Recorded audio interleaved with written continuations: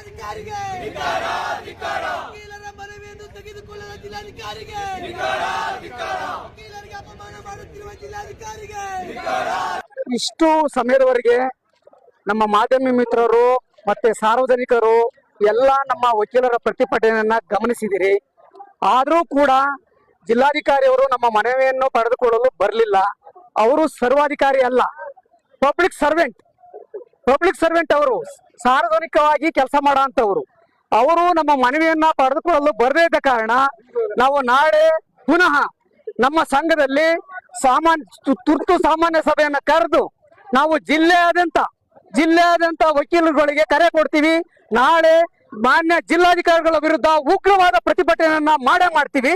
ನಾಳೆ ನಮ್ಮ NR circle ನ ಬಂದ್ ಜಿಲ್ಲಾ ವಕೀಲ ಸಂಘದ ವತಿಯಿಂದ ಇವತ್ತು ರಾಜ್ಯಾದ್ಯಂತ ಒಂದು ಚರ್ಚೆಗೆ ಗ್ರಾಸವಾಗಿರೋದು ಏನು ವಿಷಯಪ್ಪ ಅಂದ್ರೆ, ಜ್ಞಾನಪ್ರಕಾಶ್ ಸ್ವಾಮೀಜಿ ಅವರು ಹೈಕೋರ್ಟ್ ಮತ್ತು ಸುಪ್ರೀಂ ಕೋರ್ಟ್ ನ ನ್ಯಾಯಾಧೀಶರು ತೀರ್ಪನ್ನು ಕೊಡಬೇಕಾದ್ರೆ ಸಂವಿಧಾನದ ಅಡಿಯಲ್ಲಿ ಕೊಡಬೇಕು. ಕೊಡದೆ ಹೋದ್ರೆ ಸಂವಿಧಾನ ಪೀಠದಲ್ಲಿ ಪೂರಕ ಅನರ್ಹರು ಅಂತ ಒಂದು ನ್ಯಾಯಾಲಯಕ್ಕೆ ಜಡ್ಜಿಗಳಿಗೆ ಧಮಕಿ ಹಾಕಿರೋ ವಿರುದ್ಧ ನಾವು ಇವತ್ತು ಜಿಲ್ಲಾ ವಕೀಲ ಸಂಘದಿಂದ ಪ್ರತಿಭಟನೆಯನ್ನು ಹಮ್ಮಿಕೊಂಡು ಜಿಲ್ಲಾಧಿಕಾರಿ ಕಚೇರಿ ಹತ್ರ ಬಂದು, ಜಿಲ್ಲಾಧಿಕಾರಿ ಅವರ ಕಚೇರಿ ಹತ್ರ ಸುಮಾರು 1 ಗಂಟೆಗಳ ಕಾಲ ನಾವು ವೇಟ್ ಮಾಡಿದ್ವಿ.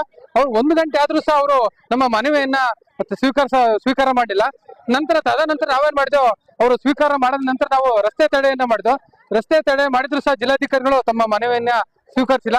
ಆದ್ರಿಂದ ನಮ್ಮ ವಕೀಲ ಸಂಘದ ಅಧ್ಯಕ್ಷರು ಹಾಗೂ ಪದಾಧಿಕಾರಿಗಳು ನಾಳೆ ಸಂಘದ ಕಚೇರಿಯಲ್ಲಿ ತುರ್ತು ಮೀಟಿಂಗ್ ಕರೆದು ಜಿಲ್ಲಾಧಿಕಾರಿಗಳ ನಡೆಯನ್ನ ಕುರಿತು ಒಂದು ಸಭೆ ಚರ್ಚಿಸಿ ಹೋರಾಟವನ್ನ ಮಾಡ್ಬೇಕಂತ ನಾವು ತೀರ್ಮಾನ ಮಾಡಿದ್ವಿ.